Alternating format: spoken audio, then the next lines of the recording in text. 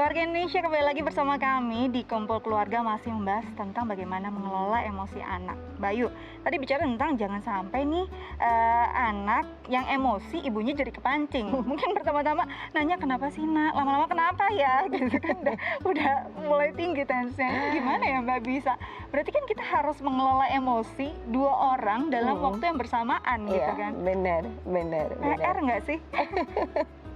PR banget gitu kan ya, orang anaknya emosi, ibunya juga jadi sulit untuk nggak menahan emosi gitu. Tapi sebenarnya idealnya seperti itu, walaupun saya tahu itu bukan satu pekerjaan atau tugas yang mudah, karena memang kadang-kala orang tua juga masih punya unfinished business dalam dirinya dia gitu. Ada emosi-emosi yang belum kelar di dalam diri, sehingga pada saat anak nangis atau apa yang dipikir bukan sumber anak nangisnya gitu, tetapi ada kenapa sih nangis? Apa saya bukan ibu yang baik? Apa nanti orang bilang apa gitu? Terus bagaimana gitu? Jadi fokusnya bukan ke situ, tapi pada urusan-urusan di dalam diri orang tua yang membuat pada akhirnya orang tua juga jadi lebih mudah untuk terpancing emosinya gitu. Padahal ketika orang tua sudah clear dengan itu semua gitu kan, dengan semua urusan-urusan yang ada di dalam dirinya, untuk menjadi jauh lebih tenang pada saat anak menangis itu akan menjadi jauh lebih mudah gitu. Jadi ketika anak menangis, orang tua paham bahwa ini bukan sepenuhnya salah saya, nggak selalu salah saya, sehingga orang tua nggak demikian mudah untuk menjadi panik dan kemudian akhirnya ikut terbawa emosinya anak. Kemudian orang tua juga sudah selesai dengan urusan-urusan, ya anak nangis sesuatu hal yang wajar, mungkin orang lain akan menilai sesuatu, tapi itu tidak berpengaruh terhadap bagaimana saya dengan anak, jadi nggak terpengaruh atas hal itu, sehingga pada saat anak nangis atau apa bisa lebih tenang. Jadi ya nggak apa-apa orang mau menilai apa, nggak ada unfinished business dalam diri saya atas penilaian-penilaian tersebut, sehingga akhirnya bisa lebih tenang pada saat menghadapi anaknya gitu. Nah itu dulu coba untuk diberesin gitu kan, dikelarin dulu untuk diberesin gitu. Di samping juga kemudian ada hal-hal di mana orang tua mulai kenal ketika memang tombol emosinya orang tua ini sampai di titik ini, saya pasti akan pancing nih emosinya gitu kan.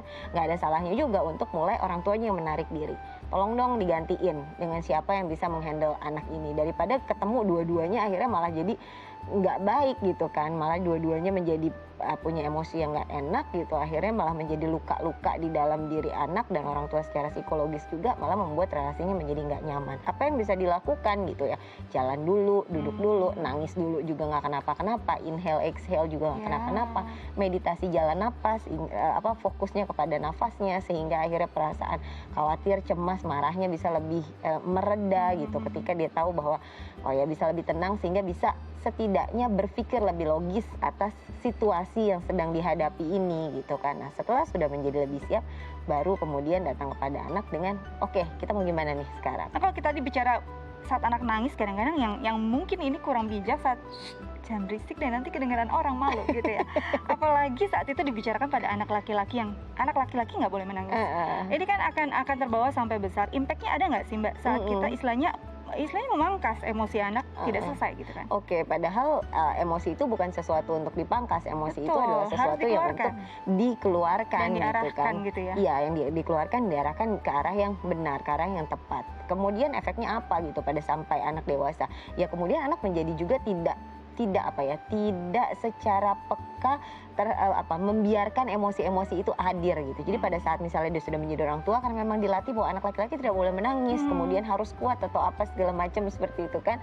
Nah akhirnya pada saat menjadi pribadi dewasa, menjadi pribadi yang sangat-sangat apa sih emosi ini dikesampingkan, apa sih nggak perlulah emosi yang seperti ini. Padahal kan dalam banyak relasi sosial, relasi interaksi manusia bahkan dengan pasangan gitu, nggak mungkin kan kemudian secara terus-menerus mengesampingkan emosi tersebut gitu. Tapi ketika dari kecil sudah dilatih untuk mengesampingkan emosi bukan hal yang penting, ini nggak perlulah nangis-nangis atau apa segala macam.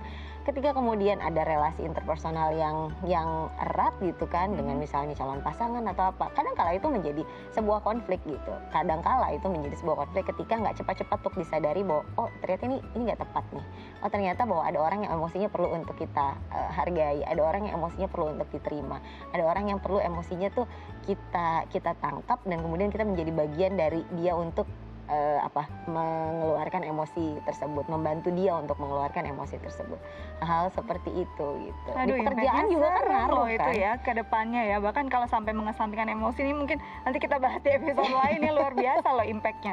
Nah Mbak Ayu nih terakhir mungkin bisa kasih tips untuk orang tua di rumah bagaimana ya bantu anak untuk mengelola emosinya dia. Oke, untuk membantu anak mengelola emosi yang jelas yang pertama adalah orang tua terlebih dahulu belajar untuk mampu mengenali emosi dirinya dengan baik. Setelah itu bantu anak untuk mengenali emosinya. Jadi sebelum mengelola kenalin dulu gitu. Jadi tahapan pertama adalah mengajarkan anak untuk mengenali emosi yang ada di dalam dirinya. Caranya apa? Ya dikasih tauin. Kalau lagi sedih dibilang, oh ini namanya sedih. Lagi seneng dibilangin, ini namanya seneng. Lagi takut dibilangin, ini namanya takut. Dan kemudian secara bertahap mengajarkan kepada anak sedih itu dikeluarkannya dengan cara seperti apa. Kecewa itu dikeluarkannya dengan cara seperti apa. Marah yang baik dan tepat itu bagaimana.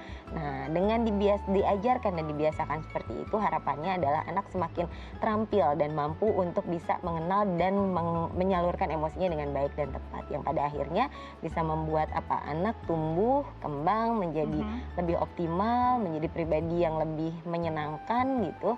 Dan pada akhirnya tentunya akan membuat proses tumbuh kembangnya menjadi lebih baik. Gitu. Itu dia, karena dimulai dari hal yang kecil dengan mengenalkan dulu. Nggak kenal maka nggak sayang ya Mbak Ayu ya. Oke Mbak Ayu, makasih banyak banget nih pelajaran berharga, langsung aku terapin di rumah kayaknya ya. Mungkin keluarga Indonesia juga kayak gitu. Mbak Ayu terima kasih banyak, tetap jaga kesehatan ya. Nanti kita ngobrol lagi ya. Sama-sama, terima kasih. Oke, keluarga Indonesia, bagaimana perbincangan hari ini? Pastinya menarik dan juga bisa jadi hal yang bermanfaat. Yang penting adalah kenali dulu emosinya, lalu bantu anak untuk mengelola. Saya Astia Dika pamit, sampai jumpa.